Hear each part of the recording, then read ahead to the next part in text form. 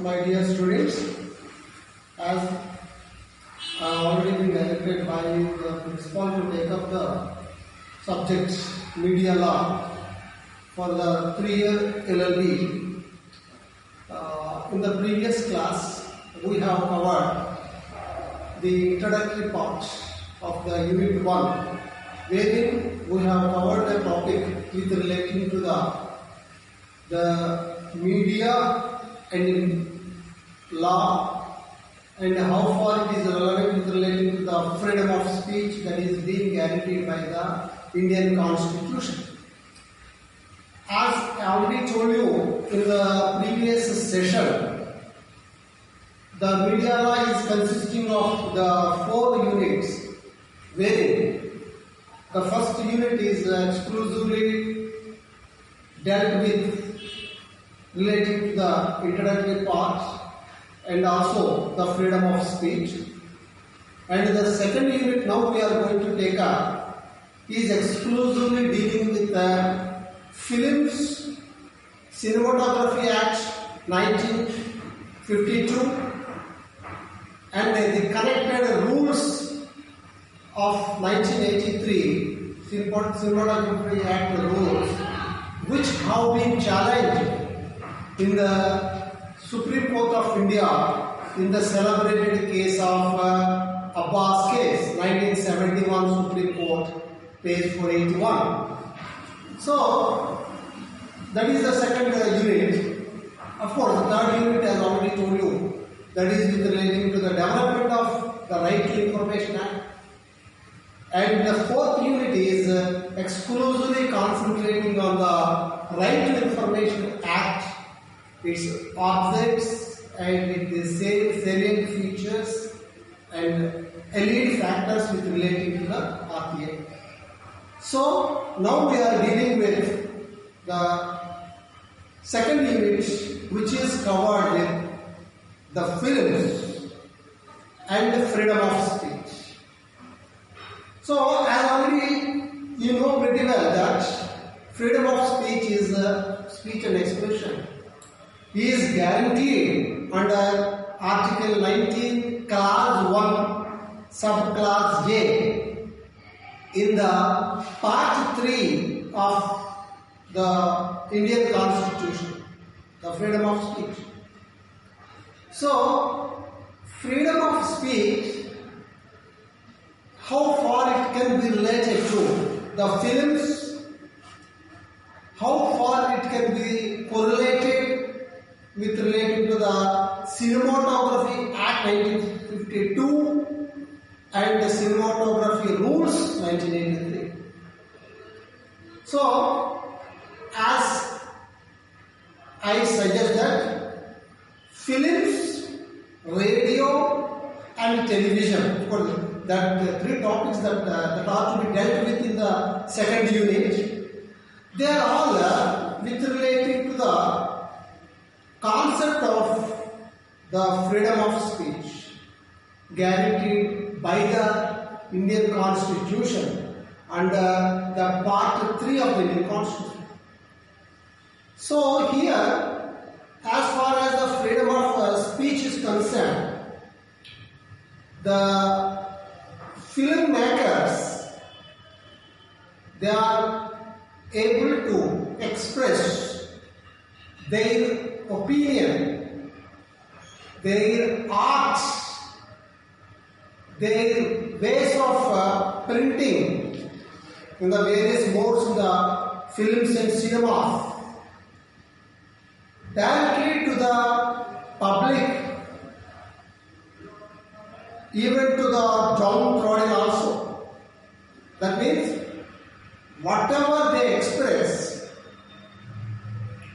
in the films, in the televisions, in the radios, they are directly reachable to the media in general. So, as far as the makers of the films, there is the producers, they are having a every command in preparation of the film making. And through the filmmaking,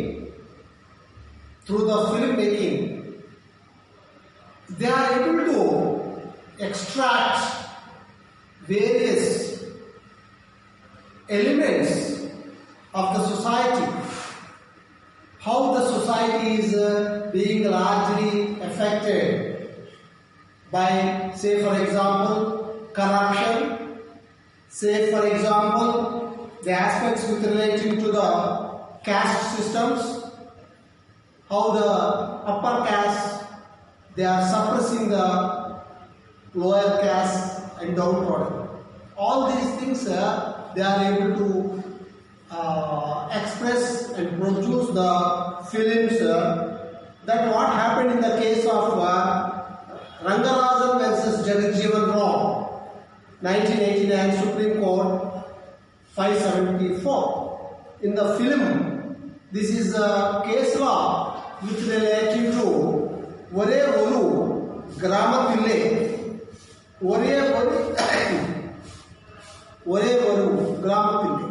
That means where it is a case between the state of Tamil Nadu, where some delicate and sensitive aspects that have been taken into consideration as far as Ore Oru Gramatille.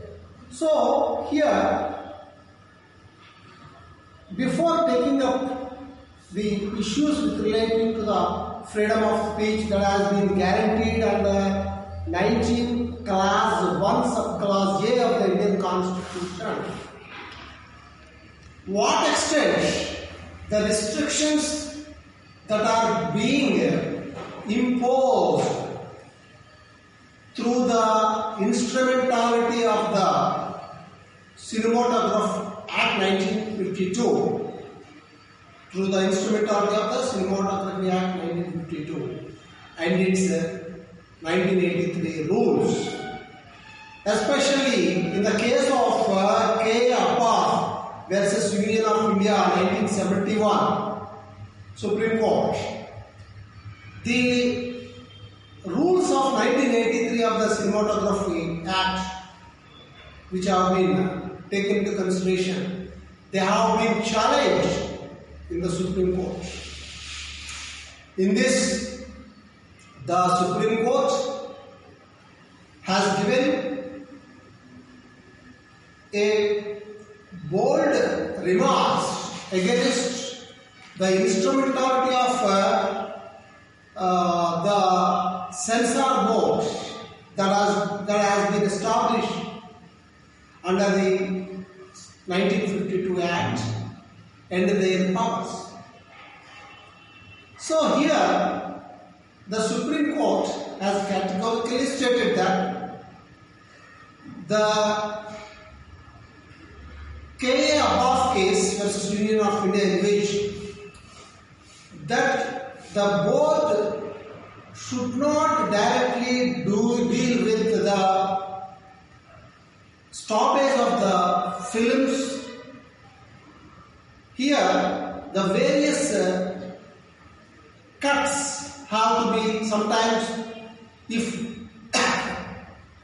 according to the whims and fancies of the censor board, if the various cuts have been incorporated, the film will be of maybe duration for 20 minutes or 15 minutes or so.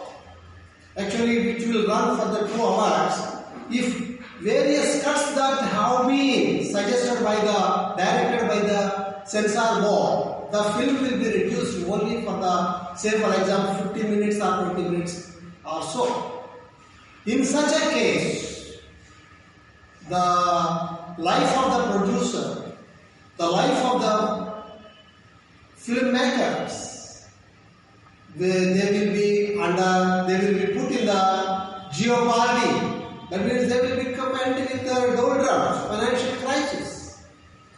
So in such a situation, the Supreme Court also, they have suggested that sometimes it should be having a reasonable interference. A reasonable interference is needed where granting of the U certificate, as you know pretty well, it is a case of U certificate versus A certificate. So that lastly, there is one committee that has been constituted in the year 2016 under the chairmanship of the Shyam Benegal, wherein much controversy has been taken place with relating to a film by name Udta Punjab. So here the aspects with relating to the committee suggestions is the censor board should be in a position only as an elderly person to give guidance, to issue the guidance, but they are not supposed to act as a policeman. They are not supposed to act as a policeman. That means once they are entering into the film making, film production and program production, etc., it is nothing but imposing restrictions on the freedom of speech, freedom of expression, as it is the freedom of imposing the reasonable restrictions on the freedom of speech and expression that are guaranteed, that are being embodied in the Article 19, Clause 2. In obedience of the Article 19, Clause 2, no doubt the central government is using the censor board, is using the instrumentality of the Cinematography Act 1952 and the rules embodied, the rules framed in the year 1983 to have to impose the curtailment on the freedom of speech and expression. Freedom of speech and expression. No doubt, whatever the freedom of speech and expression, imposing the reasonable restrictions on the freedom of speech and expression. So, here it is a controversial aspect as far as rights that are being freedom of speech guaranteed under the right Article 19 Clause 1A and the reasonable restrictions on the freedom of speech under Article 19 Clause 2. There are two segments. That is, the second segment, that is the censor board. The censor board, no doubt, it comes under the establishment of the Central Union under the entry 60 of 7th schedule. So, here the various aspects with relating to the imposing the restrictions through the instrumentality of the censor board is not justified.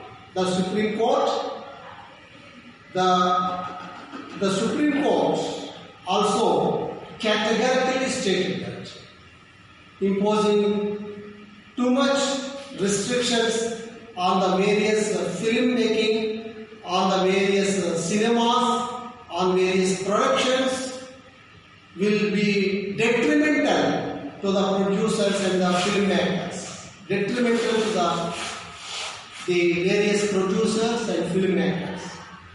So here, my dear students, I pose certain questions as far as the second unit is concerned. How the first aspect is the salient features of the freedom of speech guaranteed under Article 19, Clause 1, Subclause J, and the films.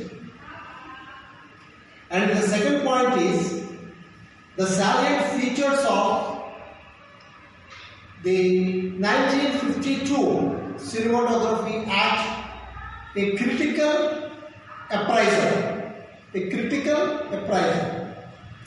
And the third one is the Shyam Bengal's report of 2016, the salient features of the Shyam Bengal's report of 2016. I request my students to make a critical appraisal on the above 3 points and submit to the teacher according to the email that has been given in the underneath of this program. Thank you very much.